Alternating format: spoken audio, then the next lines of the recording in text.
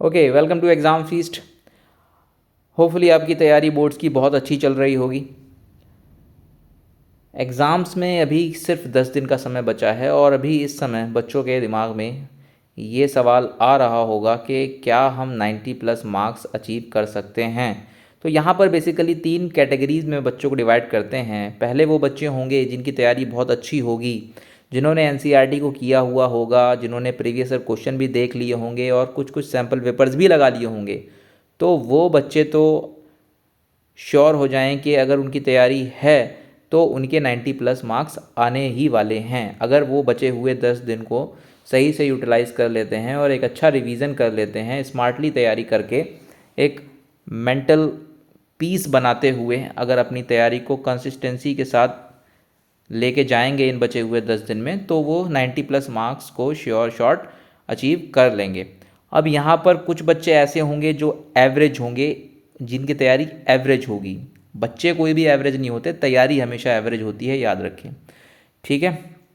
तो ऐसे बच्चे जिनकी तैयारी अभी एवरेज है और वो ये सोच रहे हैं कि मेरे भाई 60-70 अराउंड आ रहे हैं, क्या मैं 90 प्लस स्कोर कर सकता हूँ, तो यस, अभी बचे हुए 10 दिन में वो भी 90 प्लस स्कोर कर सकते हैं। और यहाँ पर तीसरी कैटेगरी में वो बच्चे हैं जो अभी ये सोच रहे हैं क्या इन बचे हुए 10 दिन में मैं जस्ट पास भी हो सकता हूँ कि नहीं, क्योंकि उनकी तैयारी अभी बिल्कुल ज़ीरो है और उन्होंने मैथ्स को शुरू भी नहीं किया है, स्टार्ट भी नहीं किया है, ठीक है। तो ये जो तीसरी कैटेगरी के बच्चे हैं ये भी श्योर हो जाएं कि अगर वो अगले 10 दिनों में अपने आप को एक सही डायरेक्शन में अगर हार्डवर्क करते हुए काम करेंगे तो वो भी 90 प्लस मार्क्स अचीव कर सकते हैं। मुश्किल ज़रूर है बट इम्पॉसिबल नहीं। तो बचे हुए 10 दिनों में कैसे अपने आप को हमें मैक्सिमम आउटपुट देना है, किस तरह से हमें तैयारी करनी है सो दैट हम मैथ्स में एटलीस्ट एक मैक्सिमम स्कोर कर सकें। तो बचे हुए 10 दिनों में क्या तैयारी करनी है, कैसे तैयारी करनी है, क्या स्मार्टली तैयारी करें कि हमारे कम समय में मैक्सिमम मार्क्स आ जाएं, वो हम आज यहाँ देखने वाले हैं। तो सबसे पहले हम ये देखेंगे कि मार्क्स का डिस्ट्रीब्यूशन कैसे होता है। तो 100 मार्क्स हैं टोटल। 100 मार्क्स में से 20 मार्क्स जो हैं आपके इंटरनल्स, जो आपके स्कूल वाले आपको देंगे, वो हो गए। तो मैं ये मान के चल रहा हूँ कि आपको लेट से 20 में से 20 मिल ही गए होंगे। अगर 20 नहीं मिले होंगे तो 19-18 तो मिल ही गए होंगे, ठीक है, इतना मैं मान के चलता हूँ। तो हमारे हाथ में वो नहीं है अब, क्योंकि आई थिंक प्रैक्टिकल्स हो भी चुके होंगे कुछ स्कूल्स में और कुछ नहीं हुए हैं तो वो होने वाले होंगे। तो मेक श्योर कीजिए वो भी आप अच्छे से दीजिए so that you will get full marks in your internal assessment. Okay, so अभी जो रिटन एग्ज़ाम है जिसकी हमें तैयारी करनी है, जो आपका 17 फेब को होना है, जिसमें केवल अब 10 दिन का समय बचा है, वो होगा आपका टोटल 80 मार्क्स का, ठीक है। तो अब आपके दिमाग में ये रहना चाहिए कि मुझे इन 80 में से 80 नंबर स्कोर करने हैं, ठीक है। अब वो कैसे होगा, क्या करना होगा उसके लिए, क्योंकि हमारे पास समय बहुत कम है, तो सबसे पहले तो आप बिल्कुल भी स्ट्रेस ना लें। आप ये ना सोचें कि ये मैथ्स है, डिफ़िकल्ट सब्जेक्ट है, ये मेरी तैयारी बिल्कुल भी स्टार्ट नहीं हुई है और सिर्फ 10 दिन का समय बचा है तो मुझे कैसे करना है, ये तो दिमाग से आप निकाल ही दें। अगर सबसे बड़ी चीज़ है विल पावर, अगर आपने सोच लिया है कि इन अगले 10 दिनों में आपको फुल मार्क्स स्कोर करना है, तो आप उसी डायरेक्शन में अपनी तैयारी को मोड़ देंगे और हार्ड वर्क करेंगे तो definitely you will achieve this goal. Okay, so let's start कि भाई अब स्मार्टली कैसे किया जाए इस काम को, क्योंकि सिर्फ आप करते चले जाएंगे मेहनत अगले 10 दिन, तब भी कुछ नहीं होने वाला है और वो कॉन्फिडेंस जो है वो भी बिल्ड नहीं होगा। तो हो सकता है मे बी 2-3 दिन के बाद ही आप गिव अप कर जाएं और फिर तैयारी करना छोड़ दें।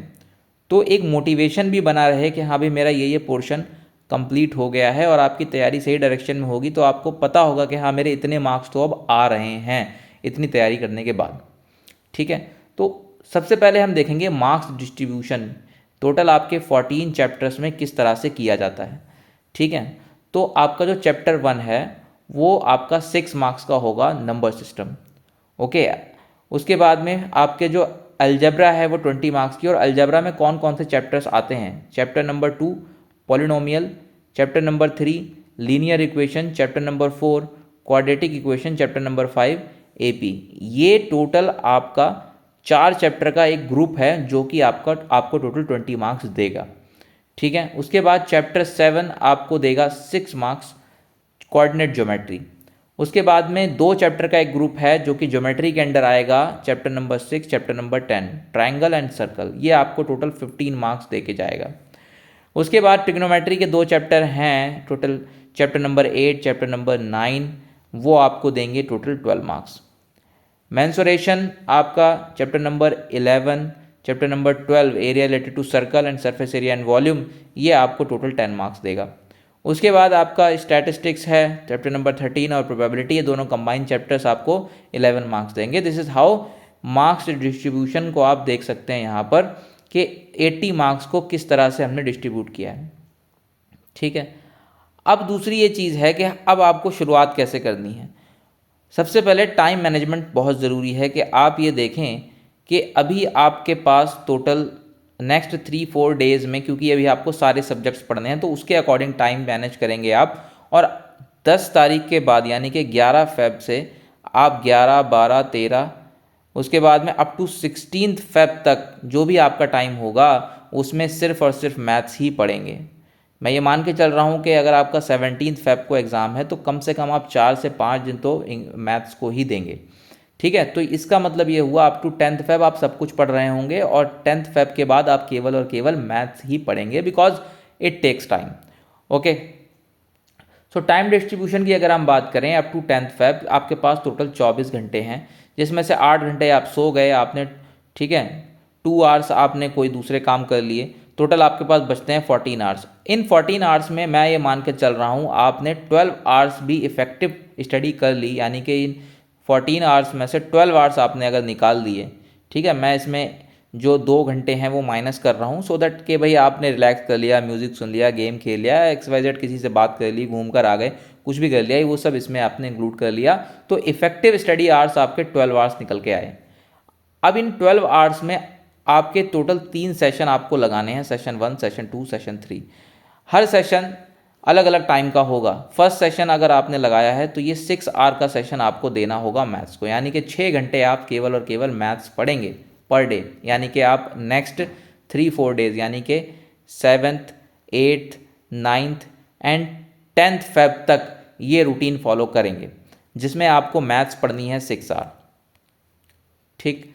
और बाकी के 3 आवर्स आप दूसरे सब्जेक्ट्स को देंगे। 3 आवर्स लेट से आपने साइंस को दे दिए और बाकी के 3 आवर्स आपने लेट से सोशल साइंस, हिंदी, ठीक है, इंग्लिश, अदर सब्जेक्ट्स को दे दिए।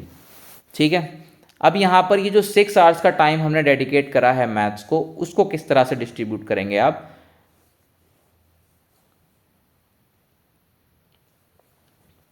सो ये जो 6 आवर का टाइम है आपके पास, इसमें आप 3 आवर्स केवल और केवल NCERT लगाएंगे और previous year question next 3 hours में उन्हीं चैप्टर्स के लगाएंगे जिसकी आपने NCERT के अंदर प्रैक्टिस करी है।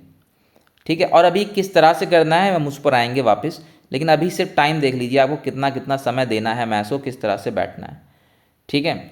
उसके बाद 10th फेब के बाद यानी कि 11 से लेकर 16 फेब तक आपके पास सिर्फ मैथ्स ही करनी है आपको, यानी कि पूरे के पूरे जो आपने 12 आवर्स स्टडी को दिए थे वो सिर्फ अब सिर्फ मैथ्स में जाएंगे, जिसमें आप 6 आवर्स NCERT लगाएंगे और 6 आवर्स प्रीवियस ईयर क्वेश्चंस को देखेंगे। ठीक है। तो ये मोटा मोटा आपका एक शेड्यूल, एक टाइम टेबल होगा। इसमें आप अगर देखें ध्यान से तो हमने यहाँ पर कुछ भी इस तरह से लिखा कि भी 7 बजे से 8 बजे तक ये, 8 से 9 ये, 9 से 10 ये, वो सिर्फ बहुत ज़्यादा क्योस हो जाता है। ठीक है। उस पर आप ध्यान ना दें, आप सिर्फ घड़ी देखें, आप देखें कि भाई 3 आवर्स के अंदर मुझे ये कंप्लीट करना है। टाइम देखकर आप पढ़ाई ना कीजिए, आप चैप्टर्स को देख के पढ़ाई करेंगे अब नेक्स्ट 10 डेज़ में तो ज़्यादा इफेक्टिवली आपको उसका बेनिफिट मिलेगा। ठीक है। टाइम मत देखिए कि भाई 2 घंटे मैंने दे दिए, 3 घंटे मैंने दे दिए, आप ये देखिए कि मुझे उन 3 आवर्स में ये चैप्टर कंप्लीट करने हैं सो दैट आप अपनी स्पीड को बढ़ा या घटा सकते हैं। ठीक है। सो अब आते हैं चैप्टर्स पे कि आपको शुरुआत कैसे करनी है। ओके। तो सबसे पहले आप शुरुआत करेंगे, यानी कि 7th फेब को आप शुरुआत करेंगे। सबसे पहले जो आप चैप्टर, सबसे आसान क्लस्टर जो कि डायरेक्ट क्वेश्चन आपको मिलने वाला है, कोई भी क्वेश्चन आपका इधर उधर नहीं होने वाला है जिन ब्लॉक के अंदर, वो है स्टैट्स एंड प्रोबेबिलिटी। जो आएगा एज इट इज़ आएगा, इसमें कुछ भी चेंज नहीं होने वाला है कोई भी। ठीक है। जो आप सीखेंगे अपनी NCERT में, जो भी आपकी एक्सरसाइज में क्वेश्चन है, जो भी आपके एग्जाम्पल्स हैं, जिस टाइप के क्वेश्चंस आपने वहाँ पर देखे होंगे वही आपको प्रीवियस ईयर क्वेश्चंस में मिलेंगे और सेम टाइप के क्वेश्चन आपके एग्ज़ाम के अंदर आने वाले हैं। बहुत ही ईजी आपके चैप्टर हैं। स्टैट्स के अंदर अगर आप जाएंगे एनसीईआरटी को देखेंगे तो उसमें एक एक्सरसाइज आपकी मीन के लिए है, तो देख लेंगे आप कि भाई एक ग्रुप डेटा का मीन किस तरह से निकाला जाता है। वहाँ पर मीन वाले एक्सरसाइज के अंदर एक या दो क्वेश्चन इंपॉर्टेंट होंगे, बाकी सारे सेम एक जैसे होंगे। फटाफट आप उनको प्रैक्टिस कर लेंगे अपनी कॉपी में। उसके बाद सेकंड एक्सरसाइज निकालेंगे, आप देखेंगे मॉड का एक क्वेश्चन है, सारे के सारे क्वेश्चन एक जैसे हैं तो उनको आप प्रैक्टिस कर लेंगे फटाफट। ठीक है, सेकेंड दो 1 घंटा मीन में लगेगा, 1 ही घंटा आपका लगभग मॉड में लगेगा। फिर थर्ड एक्सरसाइज आएगी मीडियन की। ठीक है, and so on next exercises भी आप इस तरह से करते चले जाएंगे। और सबसे पहले अब इसमें दो बातें होंगी, या तो आपको वो एक्सरसाइज पहले से आती होगी, आपने कहीं की होगी पहले, आपके पास सॉल्यूशंस अवेलेबल होंगे उसके, या आपने देखा ही नहीं है ये चैप्टर। तो सबसे बेस्ट है अगर आपने देखा हुआ है, आपने किया हुआ है, लगाया हुआ है ये चैप्टर, तो आप जस्ट रिवाइज कीजिए, उसको प्रैक्टिस कर लीजिए। एक बार अपने हाथ से प्रैक्टिस ज़रूर कर लीजिए, भले ही आपको कितना भी अच्छे से आता हो। ठीक है, और सारे क्वेश्चंस कीजिए, उसमें एग्जाम्पल्स भी सॉल्व कीजिए, एक्सरसाइज भी सॉल्व कीजिए। This will gives you confidence कि हाँ भाई कि मैंने इतना कर लिया है, अब ये मेरा गलत नहीं होने वाला है। अदरवाइज़ आपको आता भी होगा, अगर आपने एक बार अपने हाथ से प्रैक्टिस नहीं कर लिया तो वो कहीं ना कहीं बैक एंड में आपके माइंड में आता रहेगा बार बार कि कहीं ऐसा ना हो कि मेरे से कोई गलती हो जाए। ठीक है, तो वो एक कॉन्फिडेंस लाने के लिए आप एक बार इसको लिख के ज़रूर कर लेंगे। अब दूसरा ये कि आपको आता ही नहीं है स्टैटिस्टिक्स, आपको कुछ कोई फॉर्मूला नहीं पता, आपको कोई मेथड नहीं पता। ठीक है, तो इसके लिए आप हेल्प लेंगे ऑनलाइन रिसोर्सेज की। आप जाएंगे, कोई भी एक वीडियो लेक्चर देखेंगे, ठीक है, कहीं से भी जहाँ से भी आपको समझ में आता है, ठीक है, वहाँ से फटाफट आप उसको फास्ट फॉरवर्ड करके, ठीक है, और फटाफट वो सीख लेंगे कि भई ये किस तरह से सॉल्व होते हैं क्वेश्चंस। तो इन चैप्टर्स में फ़ायदा ये है करने में कि अगर आप एक क्वेश्चन भी देख लेंगे या दो क्वेश्चन भी देख लेंगे तो आप पूरी की पूरी एक्सरसाइज अपने आप सॉल्व कर सकते हैं। यानी कि पूरी एक्सरसाइज, मीन में तो केवल एक क्वेश्चन है जो थोड़ा सा अलग होगा, ठीक है, वो आपको देखना होगा। मॉड में तो अगर एक क्वेश्चन देख लिया पूरी एक्सरसाइज खत्म, मीडियन में एक क्वेश्चन देख लिया पूरी एक्सरसाइज खत्म। एक या दो सवाल ऐसे होंगे जिसमें आपको स्पेशल अटेंशन चाहिए होगा, जो आपको देखने होंगे, वही सवाल आपके इंपॉर्टेंट है, उन्हें आप मार्क कर लेंगे। ठीक, उसके बाद 14 चैप्टर आप देखेंगे सेम इसी तरह से। प्रोबेबिलिटी अगर आपने किया हुआ है तो आप जस्ट एक बार उसको अपने हाथ से एक नोटबुक में सॉल्व कर लेंगे सारे क्वेश्चंस। ठीक है, और अगर आपने नहीं किया हुआ है तो फटाफट आप एक वीडियो लेक्चर देख लेंगे, उसको फास्ट फॉरवर्ड करके देख लेंगे। ठीक है, और समझ लेंगे कि भाई प्रोबेबिलिटी के क्वेश्चन किस तरह से सॉल्व होते हैं। ठीक है, 3 आवर की सिटिंग में आपका प्रोबेबिलिटी आराम से हो जाएगा। ठीक है, 3 आवर्स तो बहुत ज़्यादा है, इंक्लूडिंग मैं प्रीवियस ईयर क्वेश्चन भी बोलूँ तो 2 घंटे ज़्यादा समय प्रोबेबिलिटी में नहीं लगने वाला, और 3 to 4 आवर्स तो आपके स्टैट्स के अंदर ही लगने वाले हैं। तो ये 2 चैप्टर जब आप कर लेंगे, यानी कि इनकी जब आप एक्सरसाइज सॉल्व कर लेंगे, ठीक है, और इनके जब प्रीवियस ईयर क्वेश्चन लगा लेंगे, तब आप फुल कॉन्फिडेंस में होंगे कि अब मेरे इन 11 मार्क्स में से तो नंबर नहीं कटने वाले। ठीक है, अगर कट भी गया तो एक कटेगा, 2 कटेंगे, यानी कि 9 to 10 मार्क्स तो अब मेरे कन्फर्म हो गए कि मेरे यहाँ से मिलने वाले हैं मुझे। ठीक है, ये काम हो गया आपका डे 1 में, यानी कि 7 फेब को आपने ये काम निपटा लेना है।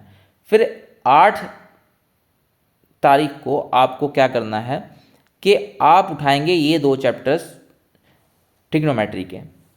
ट्रिग्नोमेट्री बहुत आसान है, कैलकुलेशन बहुत कम है, अगर आपको कॉन्सेप्ट आता है तो बहुत आसान है। एप्लीकेशन ऑफ ट्रिग्नोमेट्री में सिर्फ 12-13 सवाल हैं, वो अगर आप देख लेते हैं उन्हीं कॉन्सेप्ट पे, उन्हीं में से कोई एक सवाल आ जाएगा। ठीक है, इंट्रोडक्शन टू ट्रिग्नोमेट्री के अंदर आपकी जो पहली 2 एक्सरसाइज हैं, 3 एक्सरसाइज हैं, वो तो बहुत ही आसान है, सीधा सीधा क्वेश्चन है without any calculation. Last exercise जिसमें प्रूफ करने वाले क्वेश्चन हैं, उसमें फिर भी थोड़ा सा आपको ध्यान देना पड़ेगा, लेकिन अगर आप ठीक से उनको भी करेंगे तो एक कॉन्सेप्ट सीख लेंगे। ठीक है, अभी में भी हो सकता है कि इसको मैं बताऊं भी, ठीक है, कि किस तरह से हमें टैकल करना है उस एक्सरसाइज को, ठीक है, इजी वे में। और थोड़ी सी प्रैक्टिस अगर आप कर लेंगे तो इन क्वेश्चन में कभी कोई गलती नहीं करेंगे। और अगर आपको थोड़ा सा लगे कि हाँ यार इसमें थोड़ा मुझे समझने में दिक्कत हो रही है, या तो आप उसमें ऑनलाइन रिसोर्सेज वीडियो लेक्चर्स का यूज़ करेंगे, और वहाँ से समझने के बाद उसको एक बार अपने हाथ से प्रैक्टिस ज़रूर करेंगे, और प्रीवियस ईयर क्वेश्चन के साथ उसको क्लब करते हुए ये 12 मार्क्स का टारगेट आप अपना अचीव करेंगे। ठीक है, और इसमें समय कितना लगेगा, जस्ट 1 दिन के अंदर ये भी आपका हो जाना है, यानी कि 8 फेब तक आपने ये भी ट्रिग्नोमेट्री भी कर लिया है। ठीक है, ये करने के बाद फिर आप क्या पकड़ेंगे, फिर आप हो सकता है कि आप अपने जो आपने समय तय किया है उसमें ये ना हो पाए तो उसको नेक्स्ट डे में ले जाएंगे, ठीक है, यानी कि थर्ड डे में चला जाएगा, वो 9th फेब में चला जाएगा। तो जाने दीजिए, इतनी टेंशन की कोई बात नहीं है, क्योंकि 9th को फिर हम क्या करेंगे, अगर ऐसी सिचुएशन आती है तो हम 7 चैप्टर लगा लेंगे, सिंगल चैप्टर है, केवल 2 एक्सरसाइज हैं, distance formula and section formula. उन दोनों की दोनों एक्सरसाइज को हम करके आराम से 6 मार्क्स अपने सिक्योर कर सकते हैं, ठीक है। और इसी के साथ फिर हम क्या करेंगे, सेम डे में यानी कि 9th फेब को ही हम चैप्टर नंबर 1 को कंप्लीट कर लेंगे 3 आवर्स दे के। ये बहुत ही आसानी से, just 2 hours, it takes only 1.5 hours to complete the chapter number 1, because बहुत ही ईजी चैप्टर है, डायरेक्ट क्वेश्चन आता है इससे, ठीक है। SCF LCM से क्वेश्चन आ जाएगा, प्राइम फैक्टराइजेशन से क्वेश्चन आ जाएगा, या फिर इर्रेशनल प्रूफ कराने वाला क्वेश्चन आ जाएगा। बहुत ही आसान है, 6 मार्क्स आपको बहुत ही आसानी से इस चैप्टर में मिल जाएंगे, ठीक है। अब हमारे पास बचता है एक दिन 10th फेब। तो 10th फेब को हम क्या करेंगे, हम पकड़ेंगे अपना अलजेब्रा। अलजेब्रा के अंदर आप क्या करेंगे, पॉलिनोमियल चैप्टर ले लेंगे, कंप्लीट करेंगे, लीनियर इक्वेशन कंप्लीट करेंगे, ठीक है। इसमें चाहें तो आप वर्ड प्रॉब्लम्स को स्किप कर सकते हैं, बाकी सारी चीज़ें आप पहले ही करके रख लीजिए। वर्ड प्रॉब्लम्स आप फिर एग्ज़ाम से 2 दिन पहले भी, 3 दिन पहले भी देख लेंगे, तब भी आपका काम चल जाएगा, ठीक है। इसी तरह से क्वाड्रेटिक इक्वेशन की आप वर्ड प्रॉब्लम को छोड़ के बाकी पूरा चैप्टर निपटा सकते हैं। AP आपका बहुत आसान चैप्टर है, छोटी छोटी कैलकुलेशंस हैं, ये भी आप कर देंगे तो आपके 20 मार्क्स स्कोर हो जाएंगे, ओके। तो इस तरह से आप अगर आप देखें तो अप टू 10th फेब तक आपने 6 मार्क्स यहाँ गेन कर लिए, 20 मार्क्स आपने यहाँ गेन करे, ठीक है। 6 मार्क्स आपने अगेन यहाँ गेन करे, उसके बाद में आपके 12 मार्क्स यहाँ पर हो गए और आपके टोटल 11 मार्क्स यहाँ पर हो गए। तो कितने हो गए ये, 5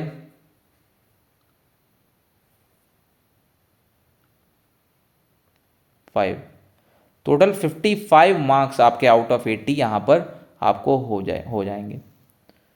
तो 55 + 20 अगर आप करते हैं, जो कि आपको इंटरनल में मिले होंगे, तो इट इज़ 75। तो जस्ट इतना भी अगर कोई प्रैक्टिस कर लेता है तो उसके 75 मार्क्स बड़े ही इजीली, बड़े ही आराम से आ सकते हैं। तो अगर कोई बच्चा ये सोच रहा है कि मैं पास भी होऊंगा कि नहीं, क्योंकि मेरे पास समय बहुत कम बचा है, मैथ्स को मैं कैसे प्रैक्टिस करूंगा, just do all these chapters, ठीक है। It hardly takes 6 hours per day, और ये तो सिर्फ 10th फेब तक ही मैंने बताया है। और 10th फेब के बाद यानी कि 11th फेब से तो आप टोटल 12 आवर्स मैथ्स को देने वाले हैं। 5 डेज आपके जो बचे हुए होंगे वो आप बिल्कुल मैथ्स में ही डेडिकेट करेंगे।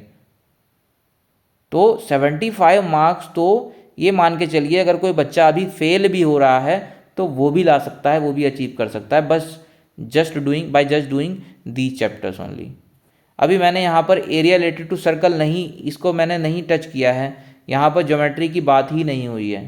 Triangle, circle, area to circle, surface area volume नहीं टच किया है, ठीक है। तो सरफेस एरिया वॉल्यूम अगर आप नहीं भी करें, ठीक है, आप बोलेंगे भाई कैलकुलेशन बहुत ज़्यादा है, leave it, area related to circle कर लीजिए, 4 मार्क्स 5 मार्क्स आपके यहाँ से बन जाएंगे, ठीक है। आपने बोला कि भाई ट्रायंगल मेरे समझ नहीं आता, मत कीजिए, सर्कल कर लीजिए, सर्कल चैप्टर कर लिया आपने, ट्रायंगल आपने नहीं किया, तो 15 में से ये मान के चलिए 8 मार्क्स आपको यहाँ से मिल जाएंगे। 8 और 5 कितना हो गया, 13, यहाँ 13 ऐड कर दीजिए, कितना हो गया 8, 68। स्टिल आपके 68 मार्क्स हैं। मैं कहता हूँ 8 नंबर आपके गलत भी हो गए तब भी आपको 60 मार्क्स आपको बड़े ही आराम से स्कोर आउट ऑफ 80 कर सकते हैं आप।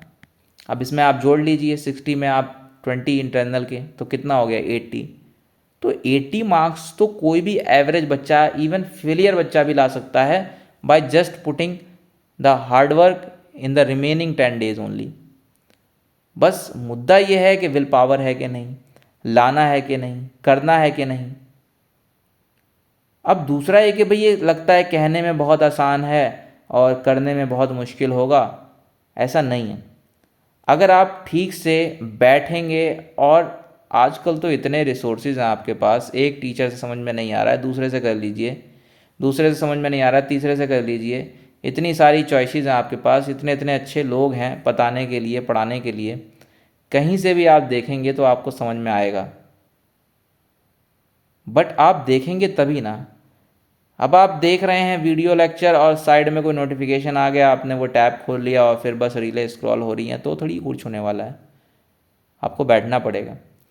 और ये अगर आप इस तरह से ब्रेकअप करके करेंगे तो कहीं ना कहीं बैक एंड में आपके जाएगा कि हाँ मेरे ये चैप्टर्स हो गए हैं, मेरे इतने मार्क्स मुझे मेरे मेरे बन गए हैं, इतने मार्क्स मेरे बन गए। अब किसी को सिर्फ 50 मार्क्स ही चाहिए तो ठीक है, according to these marks distribution अपने वो चैप्टर पिक कर ले और वो कर ले, उसके 50 मार्क्स आ जाएंगे, 60 मार्क्स आ जाएंगे।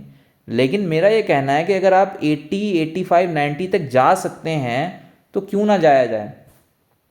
ठीक है, जो लोगों की एनसीईआरटी, जिन्होंने पूरे साल मेहनत करी है, जिन्होंने एनसीईआरटी करी है, प्रीवियस ईयर क्वेश्चन कर रहे हैं, देखे हैं, तो वो तो ला ही रहे हैं 90+ मार्क्स, उनको तो कोई रोकने वाला है नहीं। ठीक है, लेकिन आपके पास भी अपॉर्चुनिटी है जो अभी 30s में है, 40s में है, जो प्री बोर्ड में जिनके मार्क्स बहुत अच्छे नहीं आए, जो फेल हो गए, उनके पास भी अभी भी बहुत अच्छी अपॉर्चुनिटी है नेक्स्ट 10 डेज़ के लिए। ठीक है, वो भी ला सकते हैं 70s में, 80s में, 90s में मार्क्स। बट कंडीशन ये है कि आप स्मार्टली काम करें, अगले 10 दिन को बहुत अच्छे से यूटिलाइज़ करें। भाई आपने पूरे साल नहीं पढ़ाई करी है तो कम से कम इस नेक्स्ट 10 डेज़ में तो आपको थोड़ा सा इनपुट डालना पड़ेगा ना। और मैं पूरा ये भी नहीं कह रहा हूँ कि 24 घंटे आप बैठ के पढ़िए।